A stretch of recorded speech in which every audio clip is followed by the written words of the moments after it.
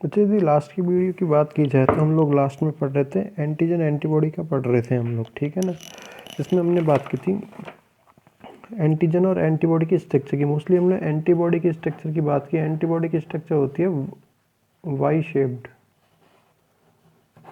ठीक है ना। वाई शेप्ड क्या होगी, एंटीबॉडी की स्ट्रक्चर पाई जाएगी, ठीक है ना। अब जैसे ही एंटीजन एंटीबॉडी रिएक्शन होगी तो एंटीबॉडी का एंटीजन के साथ में जुड़ना है, प्रतिजन के साथ में जुड़ना क्या है, आवश्यक पाया जाता है, आवश्यक पाया जाएगा, ठीक है ना। अब हमने बोला कि इनका कौन सा भाग क्या कहलाएगा, ठीक है ना। हमने दो पार्ट्स की मोस्टली बात की थी।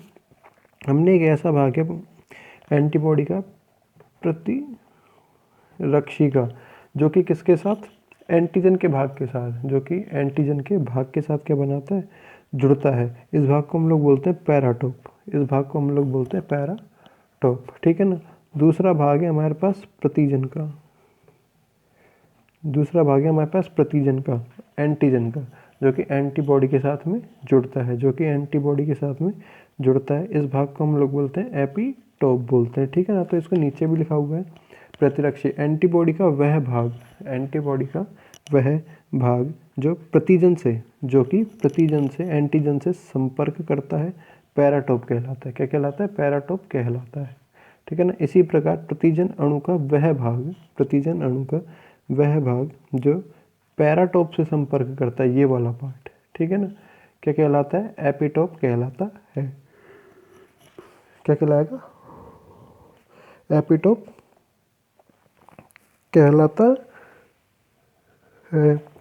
अब यदि बात की जाती है प्रतिजनों की, अब यदि बात की जाए प्रतिजनों की कि प्रतिजन अणु, एंटीजन की यदि बात की जाए तो एंटीजन अणु किस चीज़ से निर्मित हो। एंटीजन अणु के लिए हम लोग बोलते हैं 6 से 8 तक अमीनो एसिड्स हो सकते हैं। ये इसमें शुगर्स पाई जा सकती है, शर्कराएं पाई जा सकती हैं। तो इसको इस प्रकार से लिख सकते हैं, प्रतिजन अणु में, प्रतिजन अणु में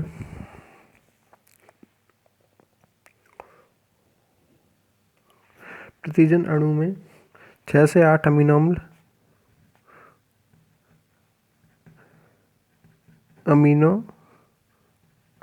अम्ल अथवा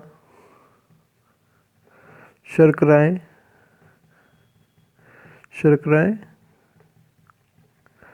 होती हैं, ठीक है ना। 6 से 8 क्या होंगे, अमीनो अम्ल होंगे और शर्कराएं होती हैं। किंतु प्रोटीन की यदि बात की जाती है, प्रोटीन सबसे बढ़िया प्रकार की होती है जिसमें globulin protein, albumin protein type के प्रोटीन्स पाए जाते हैं, ठीक है ना। लास्टेड प्रोटीन्स वगैरह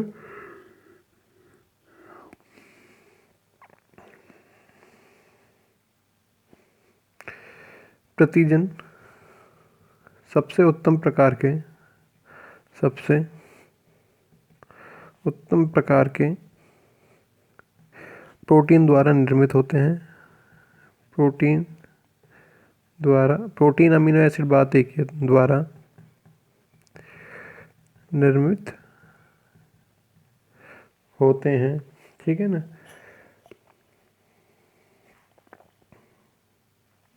अब प्रतिजन के रूप में और भी कुछ चीज़ें कुछ मात्रा में, थोड़ी मात्रा में हो सकती है, जैसे कि पॉलीसैकेराइड हो सकती है, वही शर्कराओं की हमने बात कर ली, ठीक है ना। कुछ कार्बनिक एसिड्स हो सकते हैं, कुछ कार्बनिक बेसेस हो सकते हैं, कुछ हाइड्रोकार्बन्स हो सकते हैं और एरोमेटिक समूह, मतलब जिनमें चेन के रूप में कार्बन श्रृंखला पाई जाए भी प्रतिजन की तरह कार्य कर सकते हैं। मतलब यदि हम लोग शरीर के अंदर किसी भी प्रकार के कोई भी कार्बनिक एसिड, मान लो हम लोग बात करते हैं H2CO3 की, ठीक है ना, बाइकार्बोनेटिक एसिड होता है, H2CO3 की बात करते हैं हम लोग, HCO3 की बात कर सकते हैं हम लोग, ठीक है ना। तो इनकी यदि बात की जाए, यदि इसको बॉडी में प्रवेश कराया जाए तो ये प्रतिजन की तरह क्या करेंगे, कार्य करेंगे और हमारे शरीर में प्रतिरक्षियाँ उत्पन्न होना प्रारंभ होंगी। पॉलीसैकेराइड,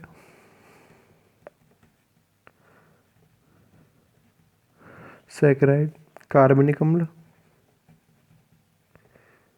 कार्बनिक अम्ल,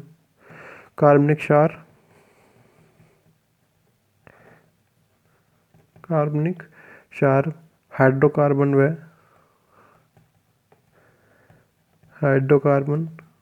व एरोमेटिक समूह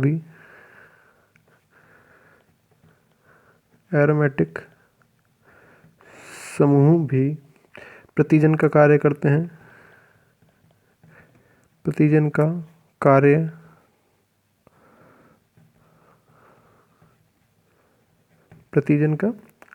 करते हैं, ठीक है ना। अब ये जो न्यूमोकोकाई होता है, बैक्टीरिया की यदि बात की जाती है तो न्यूमोकोकाई में जो कैप्सूल पाया जाता है, न्यूमोकोकाई का कैप्सूल किसका बना हुआ होता है? पॉलीसैकेराइड का बना हुआ होता है, ठीक है ना।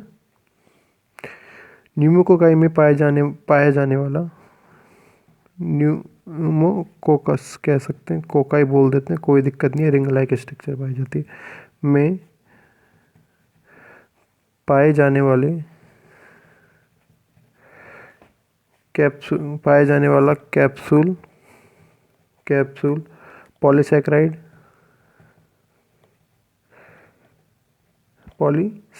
व रक्त समूह, ब्लड ग्रुप की यदि बात की जाती है तो इसमें ए और बी प्रकार के पॉलीसैकेराइड्स पाए जाते हैं, ठीक है ना, आरबीसीज की सतह पर, जिसके कारण ए बी प्रतिजन पाया जाता है। पॉलीसैकेराइड व रक्त समूह के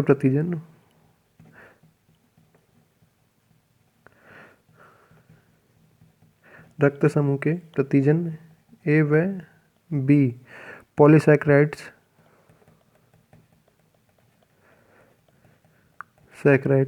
इसके पॉलीसैकेराइड्स पाए जाते हैं जो प्रोटीन के साथ जुड़े रहते हैं, जो कि क्या करते हैं? प्रोटीन के साथ जुड़े हुए पाए जाएंगे, ठीक है ना। अब यदि बात की जाए प्रतिजनों के अणुभार की यदि बात की जाए तो इनका अणुभार लगभग होता है 10,000 डाल्टन से अधिक होता है। प्रतिजन का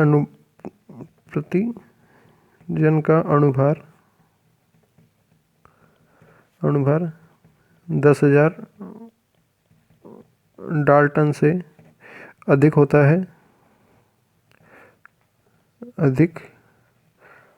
है, ठीक है ना, 10,000 डाल्टन से अधिक होता है। यदि इसके कम अणुभार के कोई भी कण आ रहे हैं तो ये एंटीजेनिसिटी, प्रतिजनिकता मतलब प्रतिरक्षी उत्पन्न करने में असमर्थ होते हैं। इनसे कम अणुभार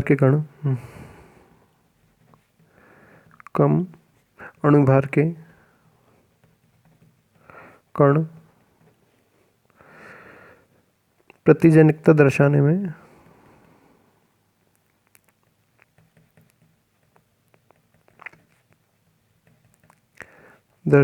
असमर्थ होते हैं, ठीक है ना। प्रतिजैनिकता दर्शाने में क्या होंगे? असमर्थ होंगे, अथवा अल्प स्तर की अथवा कम प्रतिक्रिया दर्शाते हैं,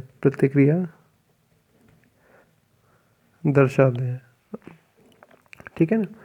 और यदि इसको और भी यदि बात की जाए, फैक्टर्स की यदि बात की जाए, तो किसी भी पदार्थ की संरचना, ठीक है ना, कन्फर्मेशनल स्ट्रक्चर भी क्या करती है?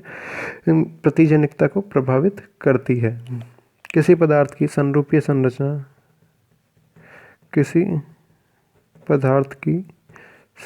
मतलब उसकी स्ट्रक्चर किस प्रकार से पाई जा रही है। जैसे कि हमने बात की थी, एंटीबॉडी की बात की, स्ट्रक्चर वाई प्रकार की पाई जा रही है।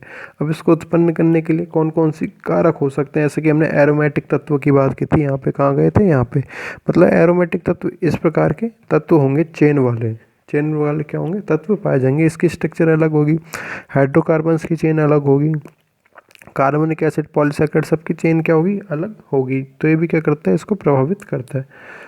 किसी पदार्थ की संरूपीय संरचना कन्फर्मेशनल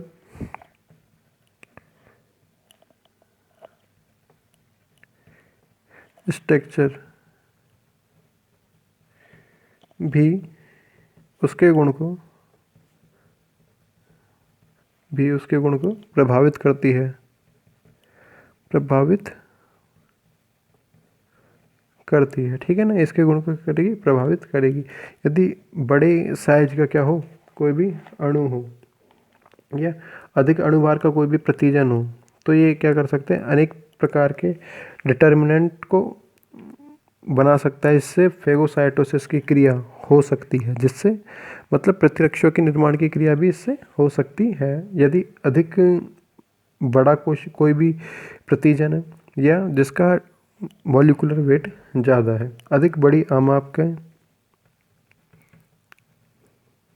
अधिक बड़े आमाप के,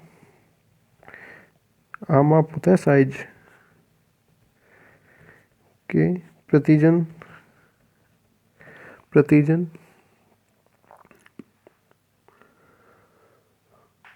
तथा अधिक अणुभार का तथा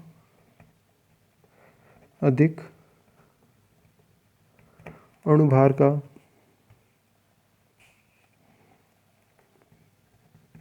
अधिक अणुभार का प्रतिजन अनेक प्रकार के प्रतिजन अनेक प्रकार के अनेक प्रकार के निर्धारक युक्त होता है। डिटर्मिनेंट निर्धारक युक्त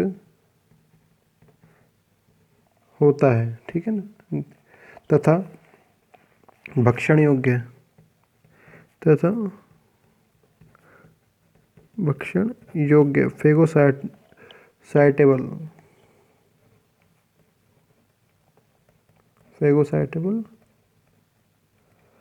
होता है, ठीक है ना, फेगोसाइटेबल हो सकता है, ठीक है ना। मतलब हमने बात की प्रोटीन की और पॉलीसैकेराइड की, प्रोटीन की और पॉलीसैकेराइड की हमने बात की है, जो कि किसी भी रूप में हो तो प्रतिरक्षों के निर्माण की क्रिया को प्रारंभ की जा सकती है। इसके बाद में एक छोटा सा टॉपिक आता है MHC। इसको बोलते हैं मेजर हिस्टोकॉम्पेटिबिलिटी कॉम्प्लेक्स। मेजर हिस्टोकॉम्पेटिबिलिटी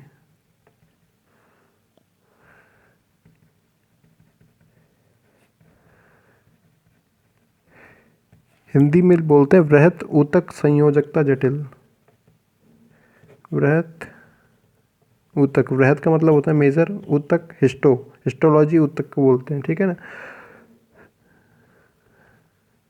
संयोजकता जटिल, ठीक है ना।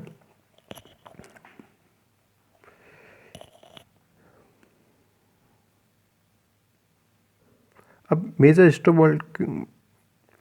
हिस्टोबिलिटी कॉम्प्लेक्स किसे बोला जाए। बॉडी के अंदर मनुष्य में स्तनियों में, मैमल्स की हम लोग बात करते हैं, स्तनियों में क्या होंगे, जितनी भी कोशिकाएं पाई जाएंगी, आरबीसी की बात नहीं कर रहा हूँ मैं, बस आरबीसी के अलावा जितनी भी कोशिकाएं पाई जाएंगी, उनकी जो सरफेस होगी, उनकी जो सतह होगी, उस पर क्या होंगे, कुछ इस प्रकार के अणु पाए जाएंगे, जो कि क्या करते हैं, अपने शरीर के तत्वों को और बाहरी तत्वों को, सेल्फ और नॉन सेल्फ तत्वों को पहचानने का गुण रखते हैं, ठीक है ना, पहचानने का गुण रखते हैं। और इसी को ही बोलते हैं हम लोग क्या, मेजर हिस्टोकॉम्पेटिबिलिटी कॉम्प्लेक्स बोलते हैं। तो इसको इस प्रकार से लिख सकते हैं, स्तनियों की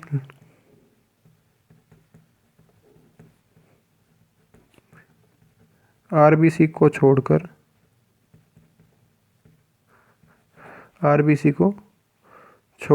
अन्य कोशिकाएं अपनी सतह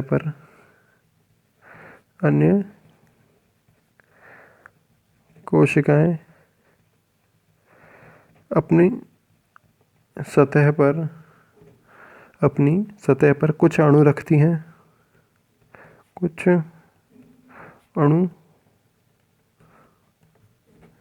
हैं जो अपने व पराये या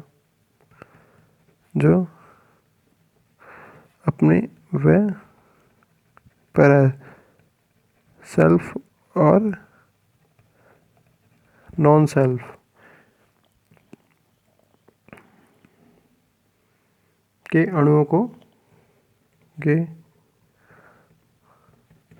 अणुओं को पहचानती हैं।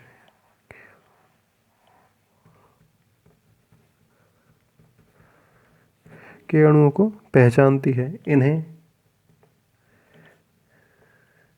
वृहत ऊतक संयोजकता जटिल मेजर